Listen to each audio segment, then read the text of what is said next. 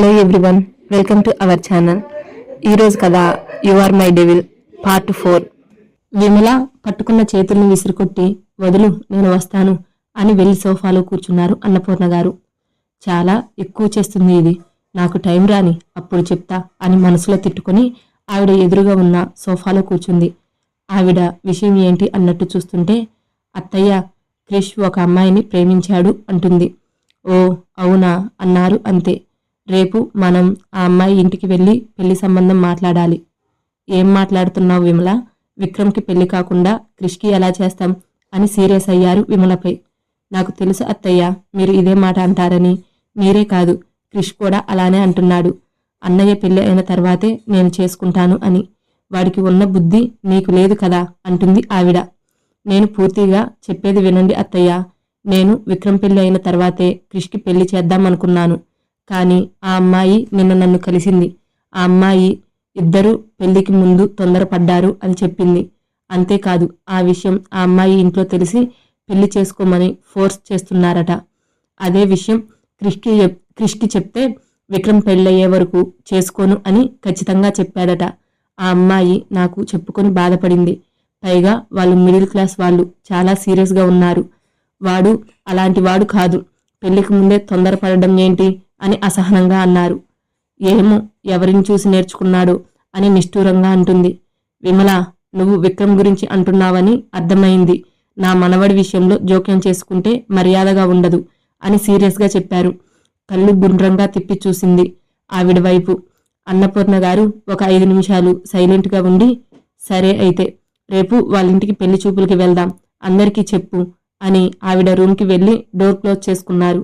ఆవిడ వెళ్ళిపోయిన తర్వాత, అమ్మయ్యా, నా కొడుకుకి పెళ్ళైపోతే అదే చాలు.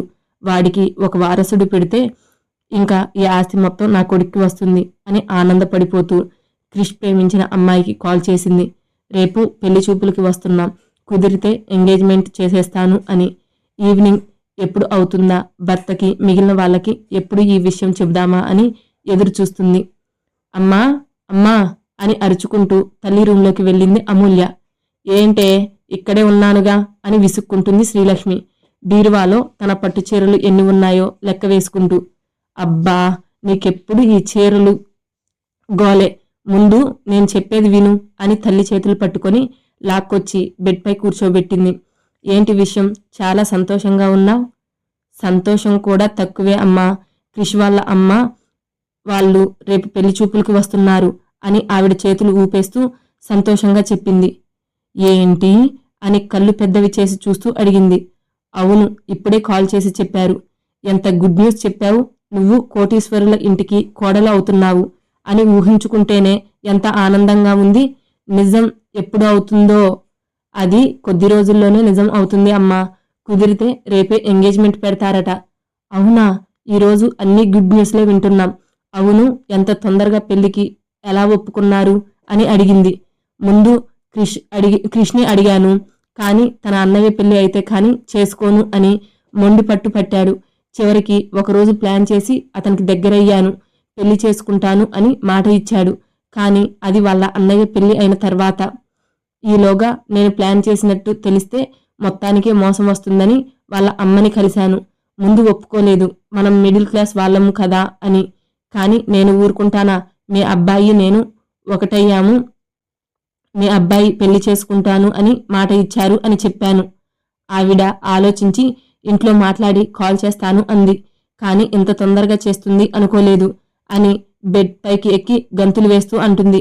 కూతురు సంతోషం చూస్తూ శ్రీలక్ష్మి కూడా పొంగిపోతుంది. డబ్బున్న ఇంటికి కోడలుగా వెళ్తుందని. సరే, ఎగిరింది చాలే. ముందు బ్యూటీ పార్లర్కి వెళ్ళి అదేదో చేయించుకుంటారుగా మొహానికి, వెళ్ళు, అది చేయించుకో. నువ్వు అందంగా ఉంటావనుకో, కానీ రేపు ఇంకా అందంగా ఉండాలిగా, అసలే పెళ్లి కూతురివి. సరే అయితే నాకు 10,000 కావాలి. ఇస్తాను ఆగు అని బీరువాలో ఉన్న డబ్బులు తీసి ఇచ్చింది. అవి తీసుకొని హ్యాండ్ బ్యాగ్ తగిలించుకొని వెళ్ళిపోయింది బ్యూటీ పార్లర్కి. మరొక పక్క ఆనంద నిలయంలో నైట్ డిన్నర్ చేయడానికి అందరూ డైనింగ్ టేబుల్ దగ్గర కూర్చున్నారు.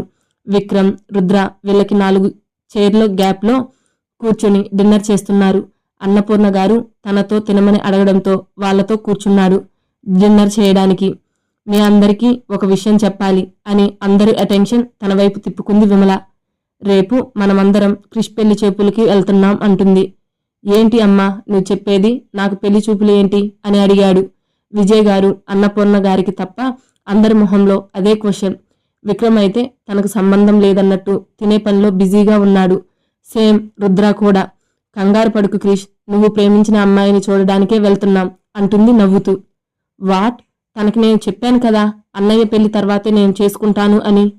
అప్పటి వరకు అక్కడ విషయాలు తనకు సంబంధం లేనట్టు ఉన్న విక్రమ్ క్రిష్ మాటకి తింటున్నవాడు సీరియస్గా చూశాడు క్రిష్ వైపు. అయినా మా గురించి మీకు ఎలా తెలిసింది అమ్మా అని అడిగాడు. తనే చెప్పింది మీ గురించి, కంప్లీట్గా చెప్పింది. కంప్లీట్ అన్న పదం నొక్కి పలికింది విమల. దాంతో తడబడుతూ చూపు పక్కకు తిప్పేసుకున్నాడు. ఇప్పుడు చెప్పు, వాళ్ళింట్లో తనని ఫోర్స్ చేస్తున్నారంట. పెళ్లి జరగకపోతే చచ్చిపోతాను అంటుంది. అందుకే రేపు పెళ్లి చూపులకి వస్తామని చెప్పాను. అది కూడా దీని బాపతే అయి ఉంటుంది. అందుకే ఈజీగా ఒప్పుకుంది కోడల్ని చేసుకోవడానికి అని మనసులో అనుకుంటుంది రాజేశ్వరి. కాని అమ్మా, అన్నయ్య పెళ్లి అవ్వకుండా నేను ఎలా చేసుకోను అన్నాడు.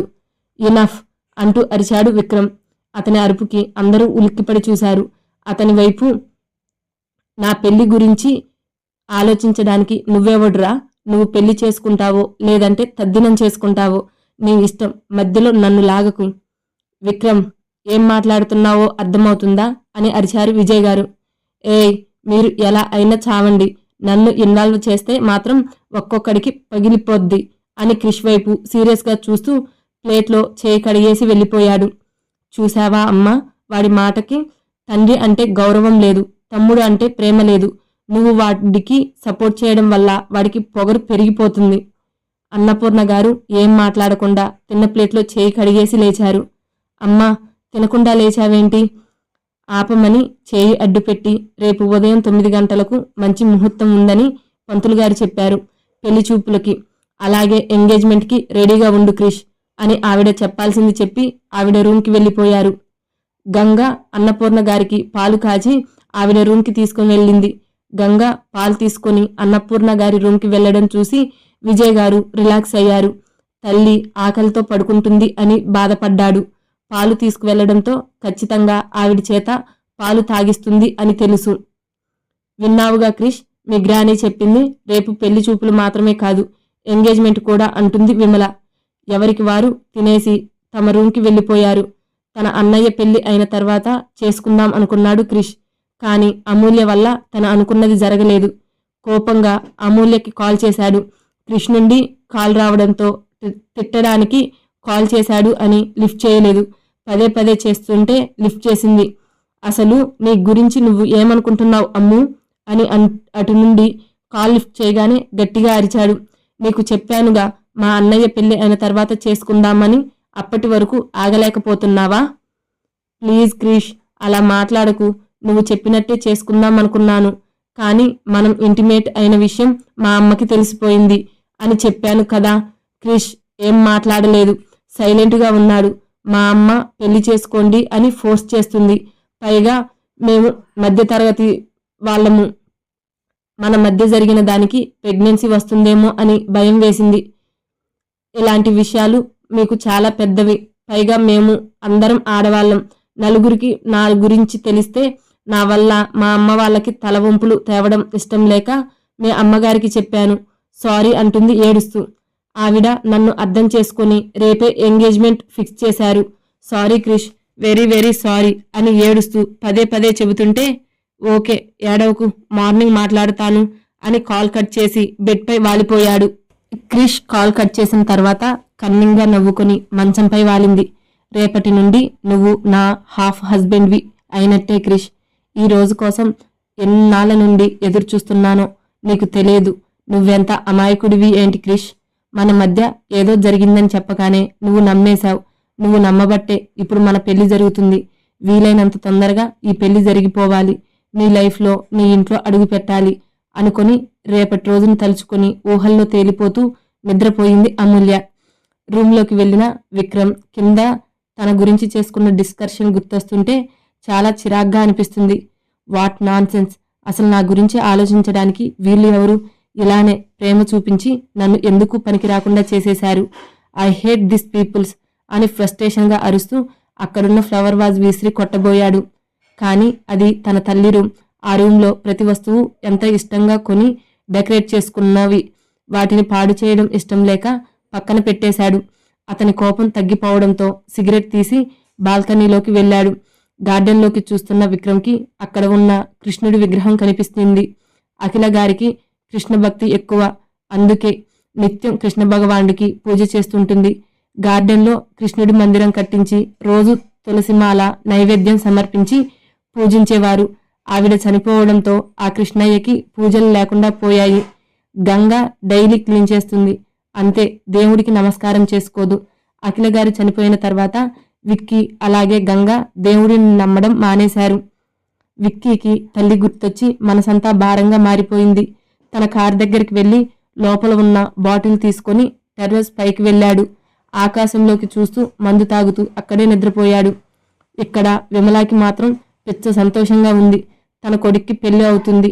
వచ్చే అమ్మాయి మిడిల్ క్లాస్ ఫ్యామిలీ నుండి వస్తుంది కాబట్టి తన్ని తన కంట్రోల్లో పెట్టుకోవాలి అనుకుంటుంది. ఇంకా విక్రమ్కి పెళ్లి అవ్వదు. ఎందుకంటే ముందు తమ్ముడికి పెళ్లి చేస్తే అన్నకి పెళ్లి అవ్వడం కష్టం అని పెద్దలు చెప్పారు కదా. అలాంటివి బాగా నమ్ముతుంది విమల. పైగా విక్రమ్ గురించి తెలిసి ఎవరూ ముందుకు రారు. ఒకవేళ వచ్చినా విక్రమ్ ఆ అమ్మాయితో హ్యాపీగా ఉండలేడు అని ఆమెకు బాగా తెలుసు. ఆ నైట్ ఆనంద నిలయంలో కొందరు అసహనంగా, కొందరు కోపంగా, కొందరు బాధగా, కొందరు హ్యాపీగా నిద్రపోయారు. నెక్స్ట్ డే మార్నింగ్ మొహంపై సూర్యకాంతి కిరణాలు పడి చురుక్కుమని తగిలేసరికి లేచి కూర్చున్నాడు విక్రమ్. నైటు తను డ్రింక్ చేస్తూ ఎక్కడే పడుకోవడం గుర్తొచ్చి లేచి నిలబడి 2 చేతులు పైకి పెట్టి ఒళ్ళు విరుచుకుంటూ కిందకి వెళ్ళాడు.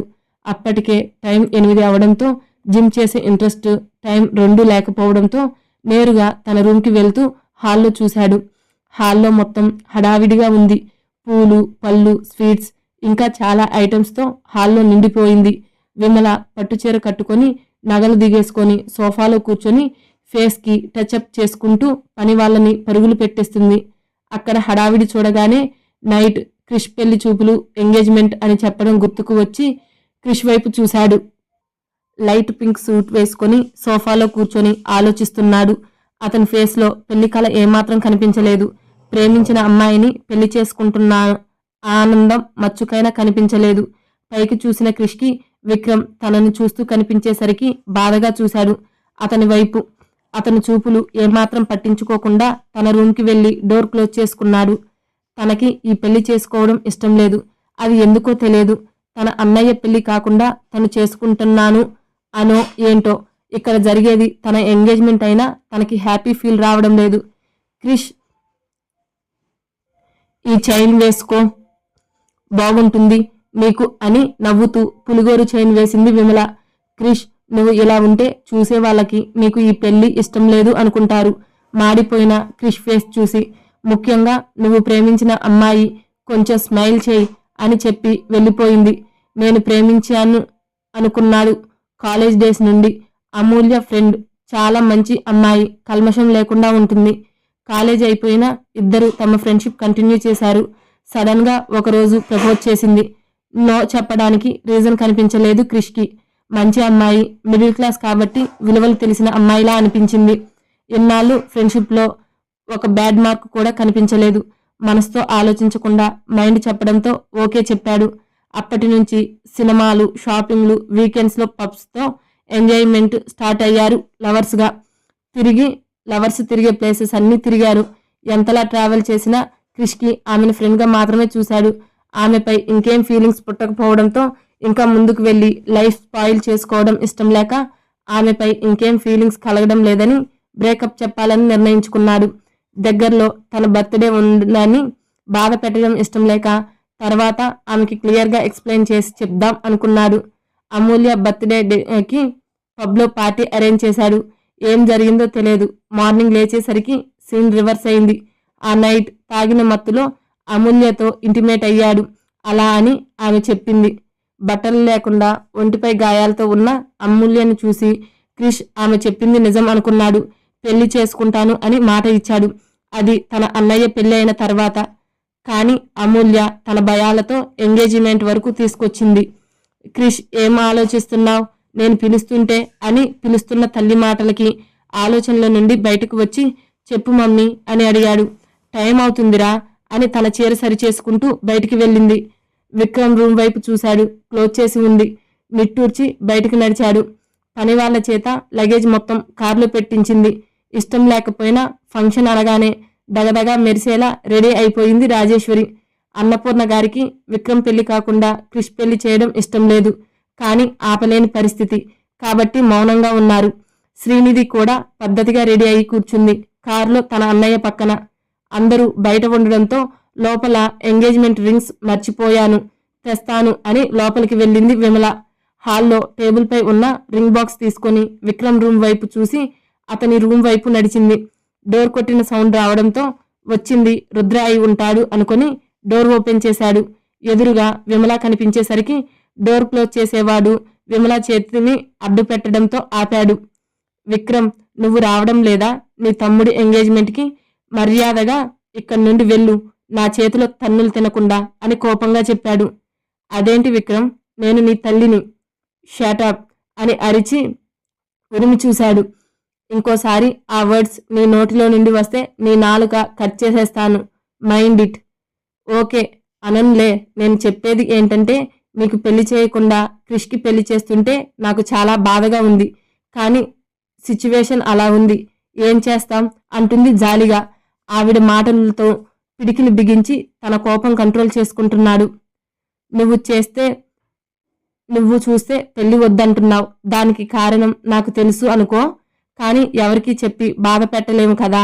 అయినా నీ గురించి తెలిసి ఏ అమ్మాయి పెళ్లి చేసుకుంటుంది చెప్పు అని సైలెంట్ అయిన విక్రమ్, నువ్వు ఆ తిరుగుళ్ళు మానేసేయ్.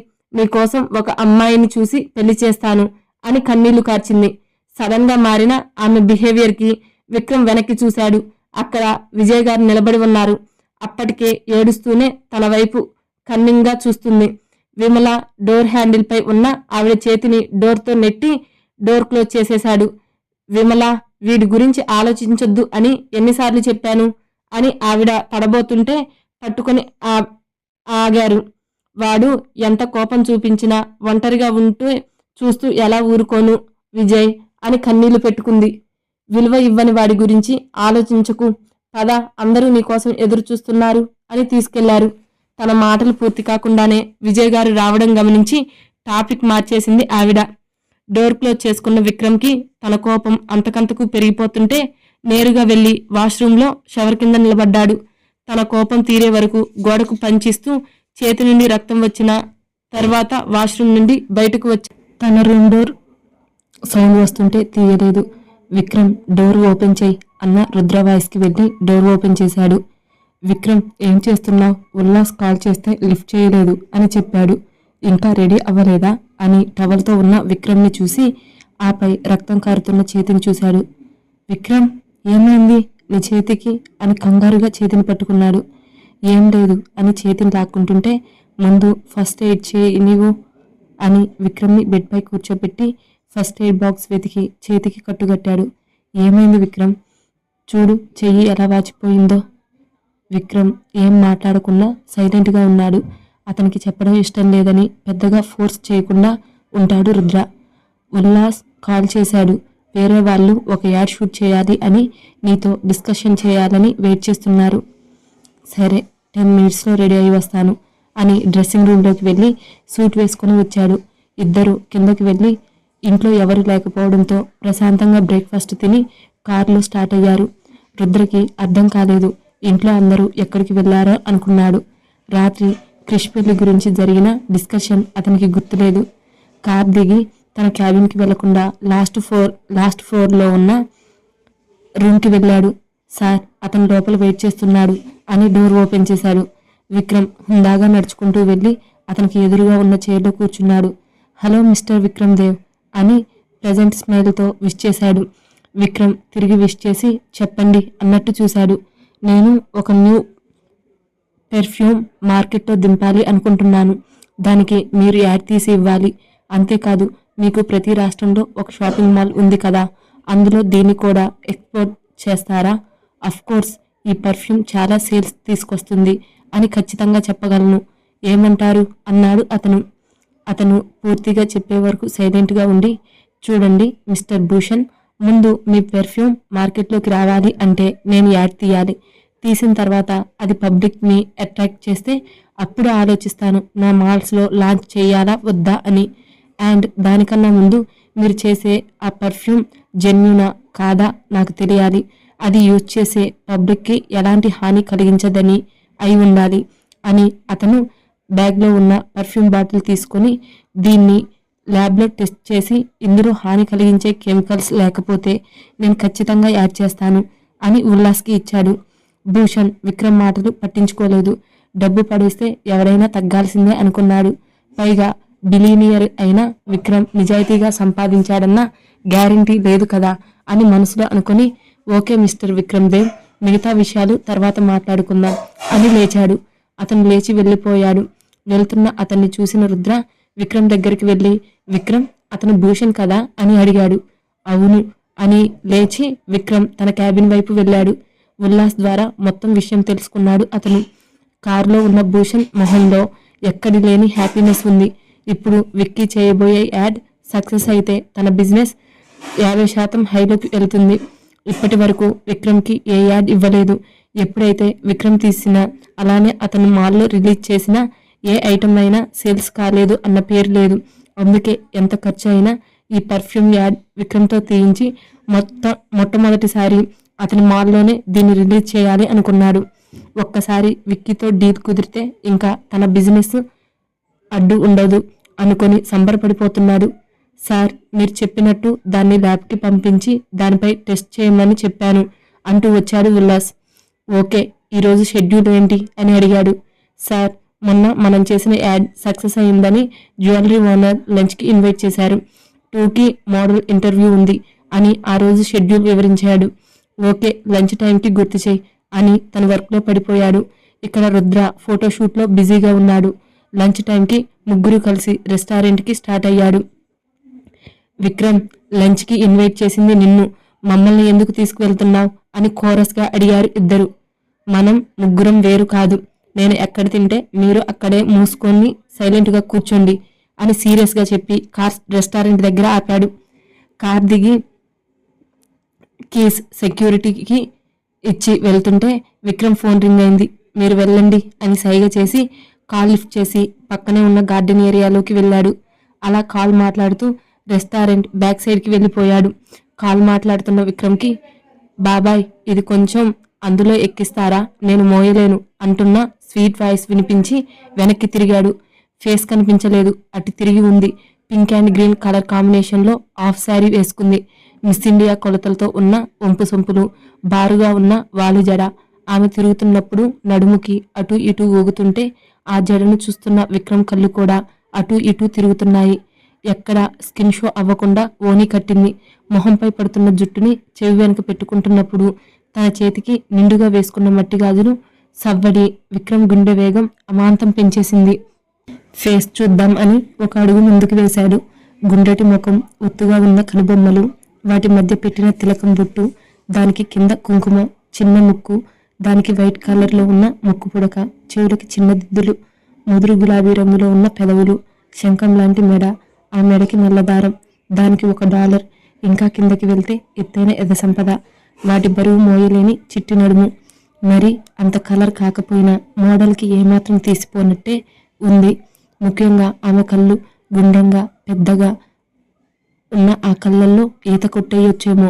తన గుండెకి చేయి పెట్టుకొని కళ్ళు తిప్పుతూ అటు ఇటు తిరుగుతూ ఆటోలోకి ఏమో ఎక్కిస్తుంది. విక్రమ్ మాత్రం ఆమె ఎటు వెళ్తే అటు అతని చూపులు తిప్పేస్తున్నాడు. అటువైపు ఉన్నవాళ్ళు హలో అని గట్టిగా అరిచేసరికి ట్రాన్స్లో నుండి బయటికి వచ్చి, హా చెప్పు అని కాల్ కంటిన్యూ చేశాడు.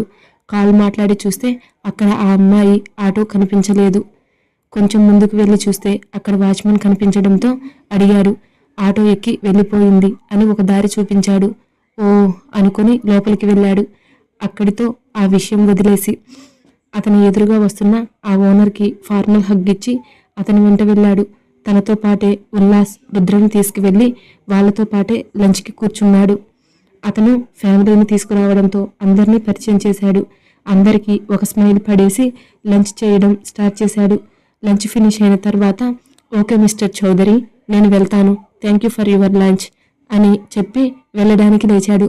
పార్కింగ్ వరకు విక్రమ్తో వచ్చి అతనికి సెండ్ ఆఫ్ ఇచ్చి లోపలికి వెళ్ళిపోతే కారు ఎక్కుతున్న విక్రమ్కి హాయ్ హ్యాండ్సమ్ అని మత్తైన వాయిస్ వినిపించింది. ఉల్లాస్, రుద్ర వచ్చిన అమ్మాయిని ఒకసారి చూసి కారు ఎక్కి కూర్చున్నారు. వచ్చింది చౌదరి చిన్న కూతురు, అతని కంపెనీలోనే జ్యువెలరీ డిజైనర్. విక్రమ్ లంచ్కి వచ్చిన దగ్గర నుండి తనని తినేసేలా చూస్తుంది. అది విక్రమ్కి తెలిసినా పెద్దగా పట్టించుకోలేదు. ఇప్పుడు తండ్రి వెళ్ళిన తర్వాత వచ్చింది విక్రమ్ దగ్గరికి. చెప్పండి మిస్, తారా అంటూ చేతిని చాపింది. ఆమె చేతి వైపు యాటిట్యూడ్గా చూస్తూ ముందు మ్యాటర్లోకి రండి అన్నాడు హ్యాండ్స్ ఫోల్డ్ చేసుకొని. నైట్ మీరు ఫ్రీనా? I want night spend with you అని మత్తుగా అడిగింది. విక్రమ్ సైడ్ స్మైల్ చేసి యా ఫ్రీ, బట్ నా కండిషన్కి ఓకే అయితేనే అన్నాడు. ఏంటి అవి అని అడిగింది. కార్ డాష్ బోర్డ్లో ఉన్న పేపర్స్ తీసి ఆమె ముందు పెట్టాడు. అవి అందుకొని చదవడం స్టార్ట్ చేసింది. మీకు ఓకే అయితే అందులో ఉన్న కండిషన్స్కి ఓకే చేస్తున్నట్టు సైన్ చేయాలి. పెన్ ఉందా అని అడిగింది. ఓకే అని సాగదీస్తూ నవ్వి పెన్ అందించాడు. వాటిలో కోడి గెలికినట్టు సైన్ చేసి విక్రమ్కి ఇచ్చింది. ఓకే, నైట్ మీట్ అవుదాం షార్ప్ 9కి అని చెప్పి కార్ ఎక్కి స్టార్ట్ చేసి వెళ్ళిపోయాడు. ఎప్పటి నుండో విక్రమ్తో ఒక నైట్ స్పెండ్ చేయాలని తారా డ్రీమ్ ఇప్పటికీ కుదిరేసరికి హ్యాపీగా ఫీల్ అయ్యి క్యాట్ వాక్ చేసుకుంటూ తన ఫ్యామిలీ ఉన్న ప్లేస్కి వెళ్ళిపోయింది. ఉల్లాస్, రుద్ర ఇద్దరూ చెరొక వైపు విండోలో నుండి బయటకు చూస్తూ కూర్చున్నారు. విక్రమ్కి అర్థమైంది వాళ్ళు తారాతో మాట్లాడిన మాటలు విన్నారని. విక్రమ్ కూడా సైలెంట్గా డ్రైవ్ చేస్తూ తన ఆఫీస్ ముందు ఆపాడు. రే, ఏదో ఒకటి లెక్చర్ ఇస్తారుగా, ఇవ్వండి. మీరు ఇలా సైలెంట్గా ఉంటే నాకు ఏదోలా ఉంది. విక్రమ్, నువ్వు ఇలా ఉండడానికి కారణం ఏంటని మాకు తెలుసు. మేము సైలెంట్గా ఉంది నువ్వు చేస్తున్న దానికోసం కాదు, దానికి ఇదేనా దారి అని ఆలోచిస్తున్నాం. అంటే అని కనుబొమ్మలు ముడిచి అడుగుతాడు. పెళ్లి చేసుకోవచ్చు కదా అన్న ఉల్లాస్ మాటలు పూర్తవ్వకుండానే షటప్ ఉల్లాస్, పెళ్లి చేసుకోకుండా పోతే పైన నరకంలో కానీ స్వర్గంలో కానీ ఎంట్రీ ఇవ్వరా? సెక్స్ కోసం పెళ్లి చేసుకుంటే పెళ్లికి విలువ ఎక్కడ ఉంటుంది? పెళ్లి అనేది శరీరాలు కలవడానికి కాదు, మనసులు కలవడానికి, జీవితాంతం ఒకరికి మనసు ఒకరు అర్థం చేసుకొని నడవడానికి. అలాంటి పవిత్రమైన పెళ్లి బంధాన్ని అడ్డుపెట్టుకొని చాలా నీచమైన పనులకు వాడుకుంటున్నారు. అందులో ఒకటిగా నేను మారాలి అనుకోవడం లేదు. ఇక నుండి ఆ టాపిక్ తీసుకురాకండి. విక్రమ్, ఒకవేళ నీ మనసుకు నచ్చిన అమ్మాయి కనిపిస్తే చేసుకుంటావా అని ఆశగా అడుగుతాడు. చేసుకోను అని వెంటనే చెప్పేస్తాడు. దాంతో వాళ్ళిద్దరూ విక్రమ్ని బాధగా పిలిచారు. నా లైఫ్ గురించి తెలిసి ఒక అమ్మాయి లైఫ్ స్పాయిల్ చేస్తాను అని ఎలా అనుకుంటున్నారు? ఇంకా మీరు పెళ్లి టాపిక్ తెస్తే ఆ క్షణం నుండి మీకు నాకు మాటలు లేవు అని కార్ దిగి లోపలికి నడిచాడు. ఉల్లాస్కి, రుద్రాకి విక్రమ్ మాటలకు బాధగా అనిపించింది. కానీ అతని మాటల్లో నిజం లేకపోలేదు అని నిట్టూర్పు విడిచి లోపలికి వెళ్ళారు. ఈవినింగ్ వరకు ఎవరి వర్క్లో వాళ్ళు పడిపోయారు. వర్క్ పర్పస్ పై మాట్లాడడం చేసేవాడు కానీ మిగిలిన టైంలో రుద్ర ఉల్లాస్ను పట్టించుకోలేదు విక్రమ్ వాళ్ళపై కోపం వచ్చింది అని తెలిసి ఈ రోజుకి ఇలానే ఉంటాడు అని వాళ్ళు విక్రమ్ని కదిలించలేదు. విక్రమ్ కూడా వాళ్ళతో మాట్లాడకుండా ఈవినింగ్ తన వర్క్ అయిపోగానే తన గెస్ట్ హౌస్కి వెళ్ళిపోయాడు.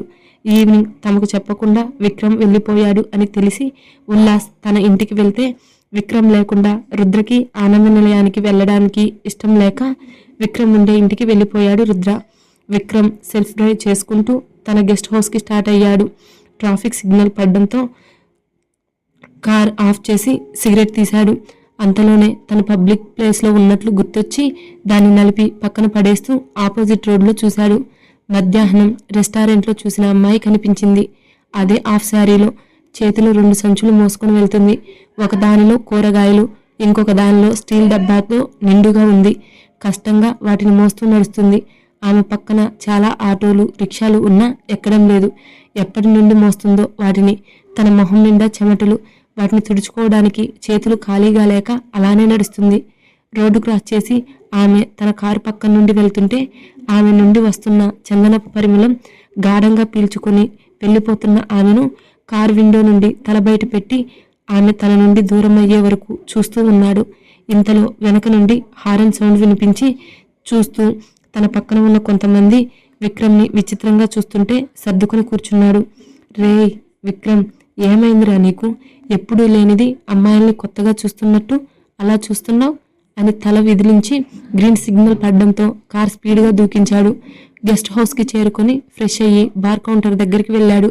మెల్లిగా మందు సిప్ చేస్తూ ఫోన్ చేసుకుంటుంటే అన్నపూర్ణ గారి నుండి కాల్ వచ్చింది. లిఫ్ట్ చేస్తే ఆవిడ ఇంటికి రమ్మని చెప్తుందని లిఫ్ట్ చేయకుండా ఆఫీస్లో ఇంపార్టెంట్ వర్క్లో ఉన్నాను, మార్నింగ్ వస్తాను అని మెసేజ్ చేశాడు. దాంతో ఆవిడ కాల్ చేయడం మానేసింది. ఇప్పుడు విక్కీకి అక్కడికి వెళ్ళడం ఇష్టం లేదు. అందుకే ఆవిడికి అబద్ధం చెప్పాడు.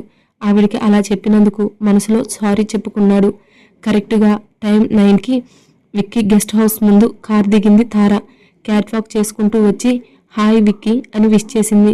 హాయ్ అని పైన లెఫ్ట్ సైడ్ రూమ్లో వెయిట్ చేయి, వస్తాను అన్నాడు విక్కీ. ఓకే అని చిన్న స్మైల్ ఇచ్చి వెళ్ళింది. ఒక 10 మినిట్స్ తర్వాత విక్కీ వెళ్ళాడు.